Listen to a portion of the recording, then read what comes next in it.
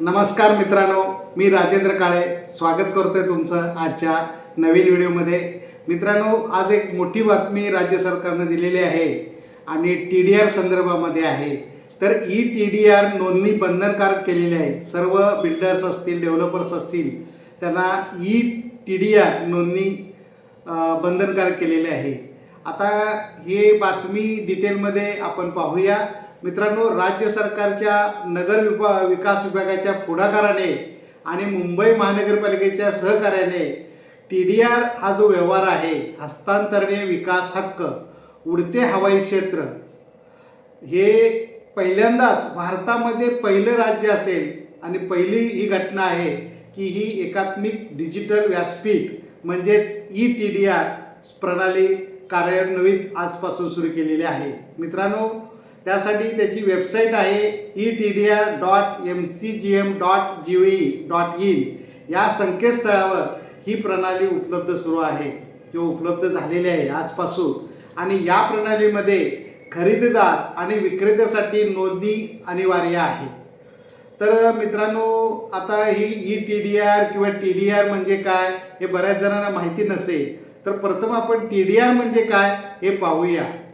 तर TDR म्हणजे काय की जेव्हा एखाद्या मालकाची जमीन सार्वजनिक कामासाठी, उदाहरणार्थ रस्ता असेल, उद्यान असेल, त्यासाठी घेतली जाते, तेव्हा त्याला थेट पैसे न देता त्याच्या बदल्यात बांधकामाचा अतिरिक्त हक्क दिला जातो। आणि हा हक्क ज्या प्रमाणपत्राद्वारे दिला जातो त्या प्रमाणपत्राला डेव्हलपमेंट राईट सर्टिफिकेट म्हणतात, DRC सर्टिफिकेट। आणि हे जे सर्टिफिकेटचा वापर करून संबंधित मालक हा हस्तांतरित विकास हक्क TDR इतर विकासकाला विकू शकतो किंवा स्वतःच्या प्रकल्पात तो वापरू शकतो।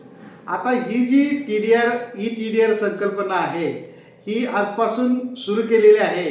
याचा मुख्य उद्देश काय आहे मित्रांनो, तर या माध्यमातून जे हस्तांतरित विकास हक्क जे व्यवहार आहे ते अधिक पारदर्शक, सुरक्षित आणि जलद पद्धतीने पूर्ण होण्यास मदत होणार आहे। तसेच महानगरपालिकेतील आरक्षित भूखंड असतील, मजला क्षेत्र निर्देशांक म्हणजेच FSI असतील, या संदर्भातले सर्व व्यवहार सुलभ, सहज आणि पारदर्शक जलद गतीने होणार आहे।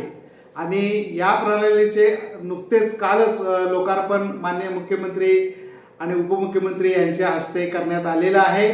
आणि अशा पद्धतीने टेंडर सुविधा चालू झालेली आहे। जशी टेंडर आहे तसंच हे TDR आहे मित्रांनो। तर आता ही जी प्रक्रिया आहे, ही प्रक्रिया कशी असणार आहे, तर एखाद्या TDR बाबत खरेदीदार आणि विक्रेता यांच्यात व्यवहार निश्चित झाल्यानंतर संपूर्ण प्रक्रिया डिजिटल पेमेंटद्वारे पूर्ण केली जाणार आहे। आणि त्यानंतर संबंधित TDR खातेदाराच्या खात्यात जमा केला जाणार असून विक्रेत्यास त्याची योग्य रक्कम अदा केली जाणार आहे। आणि खरेदीदार आणि विक्रेता यांच्या दोघांसाठी आधी संबंधित पोर्टलवर नोंदणी करणे आवश्यक आहे। तर अशा प्रकारे आजची बातमी आहे मित्रांनो। तर आजचा व्हिडिओ आपण इथंच थांबवतोय आणि TDR संकल्पना तुम्हाला समजली असेल असं मी गृहीत धरतो आणि हा व्हिडिओ इथंच थांबवतोय। तुमचे जर काही बांधकामाबद्दलचे आणखीन काही प्रश्न असतील तर जरूर कमेंट करून विचारा आणि चॅनल सबस्क्राईब केलं नसेल तर सबस्क्राईब करा। आजच्या व्हिडिओमध्ये इतकंच। थँक्यू, धन्यवाद।